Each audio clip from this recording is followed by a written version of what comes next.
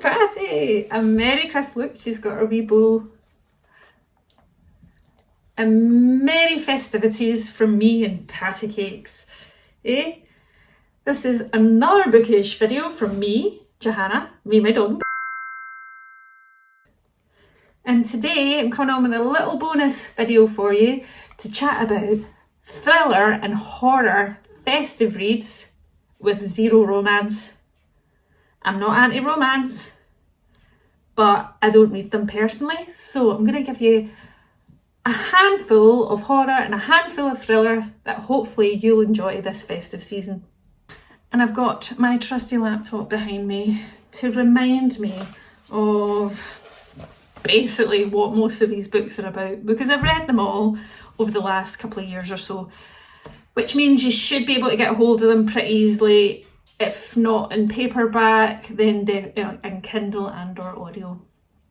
So first up, let's start with the dark. Let's go horrifyingly festive. First one is an anthology that came out in hardback, I think it was last year, and I was lucky enough to get this from Titan Books.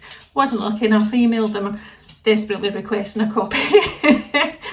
And I read it, and it's Christmas and Other Horrors, which is an anthology of creepy sort of winter solstice horrors, all relating to different writers, all relating to different authors who actually quite nicely explain the reason for their short story. I consumed this so quickly. I think I read it over just a couple of days.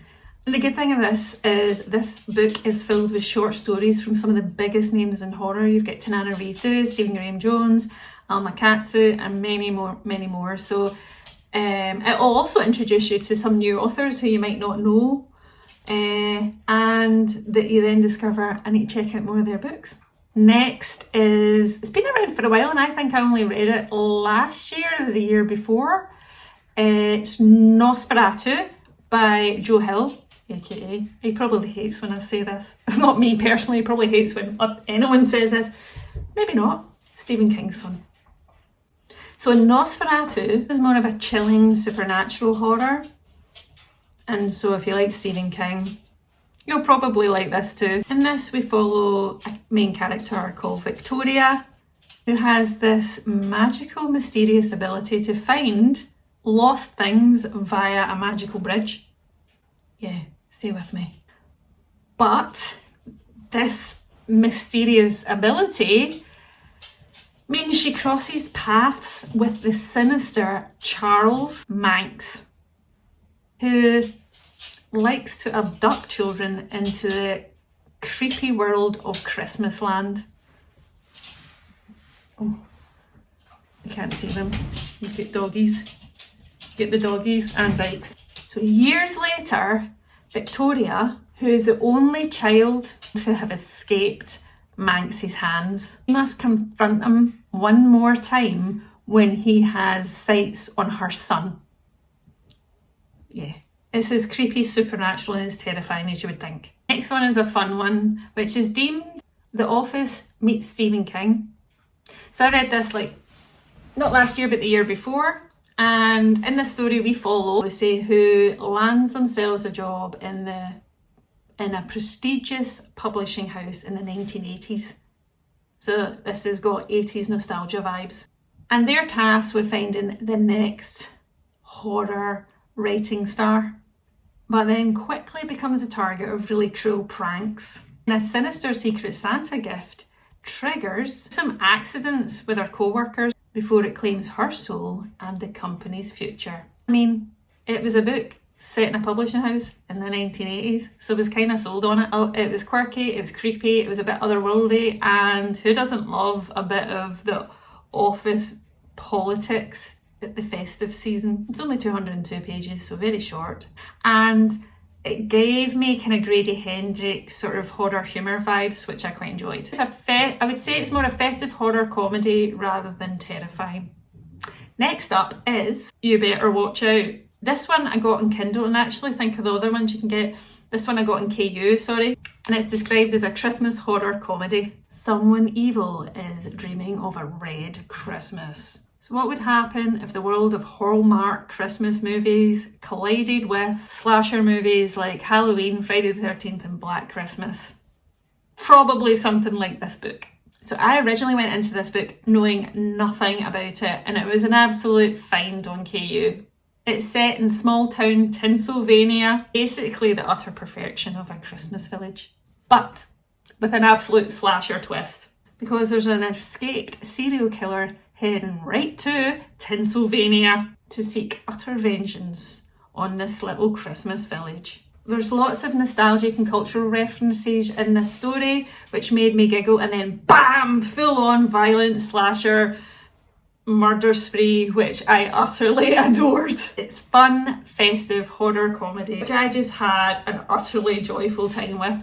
Next up, we can't miss Krampus by Brom. If you don't know the Krampus story, it is kind of like sort of the dark evil twin of Santa. So Krampus is very much I think it might be Eastern European folklore. I love the idea of it, but I'll read this exact sort of blurb from the synopsis. Santa Claus, my dear friend, you're a thief, a traitor, a slanderer, a murderer, a liar, but worst of all, you're a mockery of everything of which I stood for. You have sung your last ho ho ho, for I am coming for your head. I am coming to take back what is mine, to take back Yuletide. This book is based so much on the folklore of Krampus, which I adore. Also, I really enjoy Krampus, the movie with Adam Scott and Toni Collette. Check that out. It's bizarre, creepy, full of folklore, horror, and a very different festive read. It's also got, if you can imagine, fantastical. You've got mythical sort of folklore creatures. Also, it's by Brom, so you can just imagine if you've ever read Brom, and if you haven't, they're a kind of horror fantasy writer and illustrator. So highly recommend. And last but not least, a book that I am not finished yet. I'm halfway through, got it on Kindle Unlimited for free, obviously, if you subscribe. So you pay for the subscription, so not technically free. But anywho's, it's called Lurks. Now, hands up, I was contacted by the author on Instagram DMs who said, hi, I have this horror Christmas book on KU if you want to read it. So I actually went and checked it out, and I don't always say yeah to these things because it depends on what the book's about. And I had a wee read of the synopsis, and I was like, oh, that sounds right up my street. So downloaded it. So I would have got it for free from a prescription. I maybe need a prescription. From my subscription, and started it at the beginning of the week. So the synopsis, and I'll read it verbatim, it says, what starts as an ordinary Christmas night for John and Caitlin, who are brother and sister, quickly turns into a nightmare after they crash on their way home. It's not the accident that changes everything though. It's what's out in the woods, it's what they don't understand, it's what they can't explain. So they're coming home from their parents, there's a big snowstorm, this is what I know so far because I've read it. They end up in a car accident, and like there's an absolute whiteout, and they're like, they've got no phone reception. They look at each other, they've kind of roughly survived but injured, and they're like, did you see that thing that I saw just before the crash? And like, I thought I was hallucinating it, but what did you see? And it's like, we saw a giant snowman. Now this is a tiny novella, so I actually don't know how many pages it is. I was looking up, and it probably does tell me on the Kindle, but it's definitely under 200, it's possibly under 150 pages. Anyway, so far I'm loving the setting, I'm loving the brother and sister relationship. John, who is kind of like the overprotective big brother of his sister Caitlin. And at the moment I'm just entering into the woods where I think some creepy is about to go down. So far, I'd say check it out, especially if you've got KU.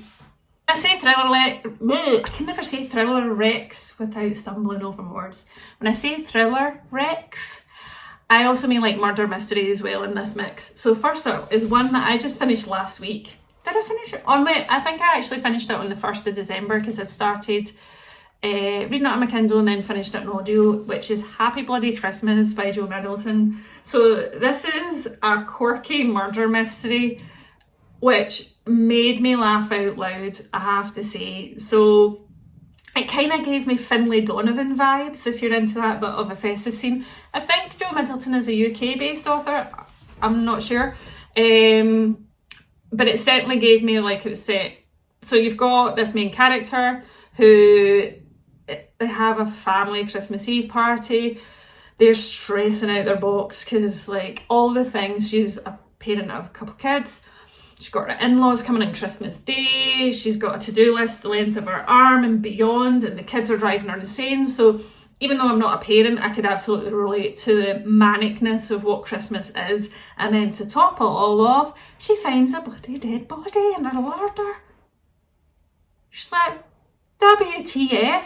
How did that happen? I don't have time for a crime scene at Christmas. My in-laws are about to come. She's in full-on panic. And then it's like, where's your best friend that would help you bury that body? Honestly, I had a fun, wild time with this. It made me giggle out loud. It had a good amount of like sort of murder mystery. And oh gosh, get it on, well, when I got it on Kindle, it was only 99p, so check it out. And I bet most people who, you know, could do this kind of traditional family Christmas stuff would absolutely relate to this book.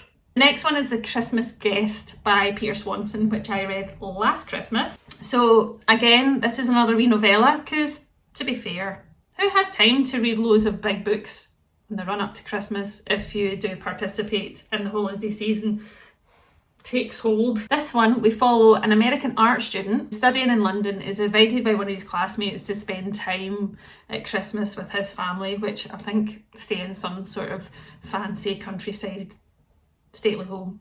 But when he gets there, he soon discovers there's lots of secrets and not so much charm behind the facade of the holly jolly country Christmas manor festivities. It's a dark, twisty novella. Ain't no Hallmark movie, so if that's not your bag, you'll love it. It's a novella in 2 parts, which absolutely packs a punch. Part 1 tells the story of one of the characters' time in the manor 30 years prior through diary entries, and then part 2 takes a twist that took me by utter surprise and set in more present day. It's only 110 pages and it's a little wild ride. The next one is Dying for Christmas. This is a bit of a darker, more traditional thriller, and I'm going to tell you the synopsis verbatim because it's pretty good. I am missing, held captive by a blue-eyed stranger. To mark the 12 days of Christmas, he gives me a gift every day, each more horrible than the last. The 12th day is getting closer. After that, there'll be no more Christmas cheer. No mince pies, no Christmas carols, no way out. But I have a secret, no one has guessed it. Will you? I mean, this synopsis grabbed me at the start. I was like, I'm reading this!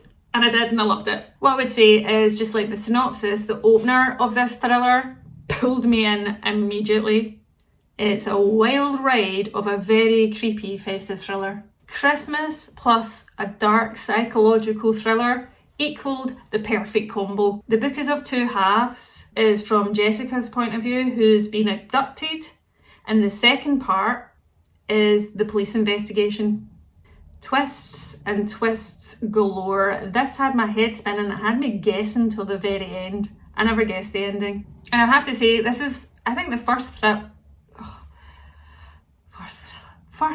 thriller by this author, and wow, I want to read more from them for sure. Then, more of a cosy crime murder mystery is The Christmas Appeal by Janice Hallet. Now, I don't believe you have to have read The Appeal to read this, because this little kind of Christmas novella does have some of the same characters, but you are well introduced to them. So I would say, if you want to dive in, it's a great little festive, cosy mystery novella. I mean, it's deemed The Appeal 1.5, so if you have read The Appeal, obviously you'll be quite familiar of the setting, location, and some of the characters. It feels like it's from a modern Agatha Christie, so hats off to Janice Hallet for that. You follow the hilarious Fairway Players Theatre Group as they are rehearsing their Christmas play. and also try and solve a murder that threatens our production. It's a cosy caper with Christmas vibes.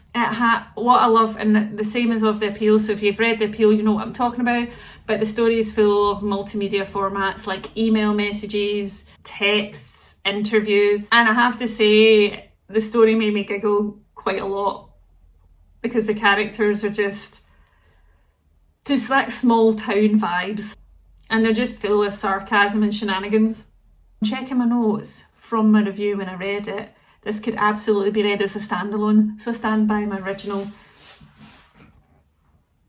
chat at the start. Overall, Christmas chaos sprinkled with chuckles.